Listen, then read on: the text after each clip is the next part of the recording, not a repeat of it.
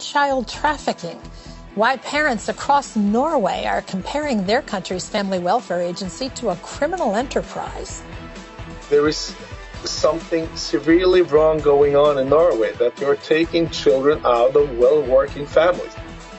You think that's bad? Wait until you find out why these kids are being taken from their homes. CBN News has the exclusive report, so don't go away.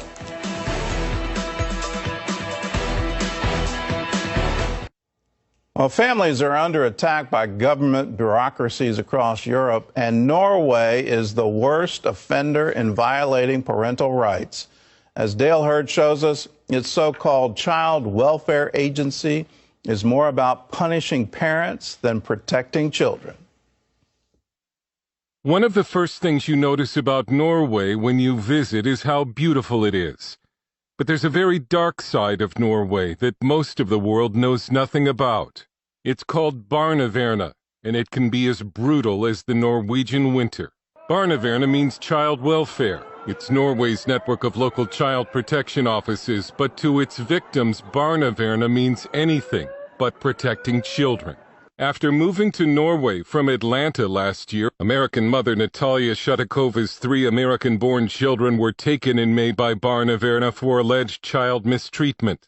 Shutakova says she and her Lithuanian husband were jailed for 24 hours and told they could get 2 years in prison for discussing the case. They're waiting to hear if they'll lose custody of their children for good. Foreigners living in Norway seem especially at risk of having their children taken by barnevernet. Somebody please help our family. Barnevernet is here in our home, and they're trying to take my son. I'm Canadian. Barnevernet took the Christensen's son Kai after they started homeschooling him because he received death threats at school. My son is not under arrest. He doesn't want to go anywhere. Look what you're doing. You leave him alone. He has done nothing. You leave him alone. Can somebody please help us? And it was barnevernet that took 5 children from Romanian and Norwegian parents Marius and Ruth Bodnario in 2016. Barnevernet claimed the reason was the parents were spanking. But an investigation revealed the real reason was officials believed the Bodnario children were being indoctrinated into Christianity by their parents. Worldwide outrage forced the Norwegian government to return the children. The Bodnarios escaped from Norway and have filed suit before the European Court of Human Rights. The government of Norway defends barnevernet against what it calls wild accusations. And the agency probably does some good work. But if there's not a problem, why does a nation of 5 million people have so many cases before the European Court of Human Rights? 26 cases pending before the court, 17 of the last 18. A staggering number for one of the smallest nations in Europe. There are 26 cases in total. At this stage, there will probably rise to 30 by within a few months. Marius Reikerås is a Norwegian human rights counsel before the European Court of Human Rights. There is something severely wrong going on in Norway, that you're taking children out of well-working families. We're not talking about child abuse. We're not talking about alcoholism or drug abuse, or we're talking about, in general, normal families that have all the capabilities to provide good care for their children. Einar Salvesen is a Norwegian psychologist and has been an expert witness in barnevernet court cases since 1995.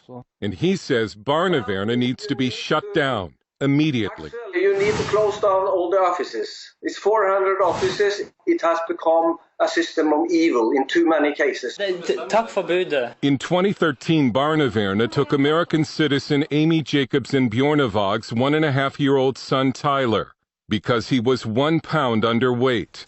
She phoned the Obama White House asking for help. They have legally kidnapped my child, and I need help. But she got no help, and 6 years later her son Tyler has been passed from foster home to foster home and has had his name changed at least twice. And Amy alleges that he has been tortured. We do have paperwork that says that he was tied to the bed because he kept standing up in his crib calling for mommy. It isn't to know that he's been calling for you, and and they completely ignore it. And they do everything to make him stop calling. So they cut all contact. That's their solution, instead of working with families. Czech member of the European Parliament Tomáš Zedekovský has battled Barneverna, and he calls it a monster. I think that they made a lot of mistakes, and they are still doing a lot of mistakes. And this monster is really functioning without any control of somebody. Rijkeres believes Barneverna has not been reined in because this is about a lot of money, and he's not afraid to call it child trafficking. Because we see that billions and billions of dollars are being put into the system each year. And of course, a lot of people are profiting big time from this. So saying that this is a form of child trafficking, absolutely, in my opinion, yes. We presented these charges to Norway's Ministry of Children and Families, and it told us that Barneverna is in the process of being reformed for the strengthening of legal safeguards for both children and their parents. It's unclear whether Norway is serious about reform. It expelled a Polish diplomat this year for trying to defend Polish families in Norway from Barneverna. The U.S. government has so far done nothing about the attacks against American families in Norway by the Norwegian government. Amy Jacobsen Bjornevag continues to lose in court and wonders now if she will ever again regain custody of her son. And I'd do anything to hold him in my arms at least one time, for him to have some sort of sense of where he comes from and his background, his family. I have a whole family who loves him and misses him. Dale Hurd, CBN News. Well, this story is beyond horrific. Well, just imagine having your child taken from you because it's 1 pound underweight.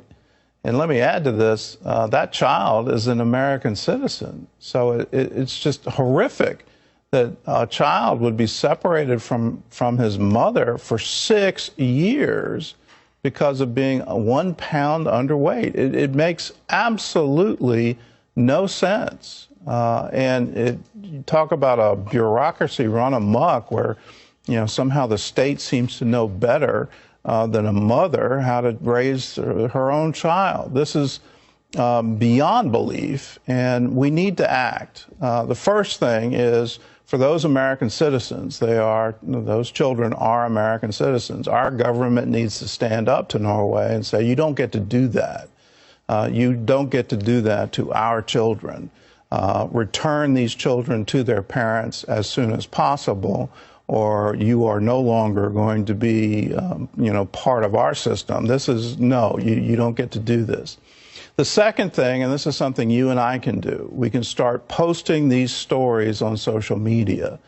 The last time a child was returned to their parents in Norway, it was precisely because of that.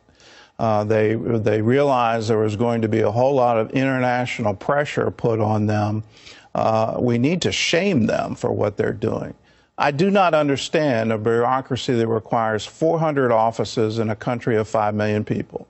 This is overkill. There must be some kind of horrible thing happening to the children of Norway to justify that kind of expenditure. And so you have these bureaucrats who are literally roaming the countryside looking for something to do. And this needs to absolutely stop. The EU needs to act. This international court needs to act. But more importantly, Norway needs to act. They need to stop this nonsense. And in the meantime, let's not go there. If you've got children, please don't go to Norway. Don't ever get them associated with this kind of thing. Every day a child is separated from their parents is a day of damage for that child. And here we have a baby who has spent 6 years away from his mother. This needs to stop, and it needs to stop now.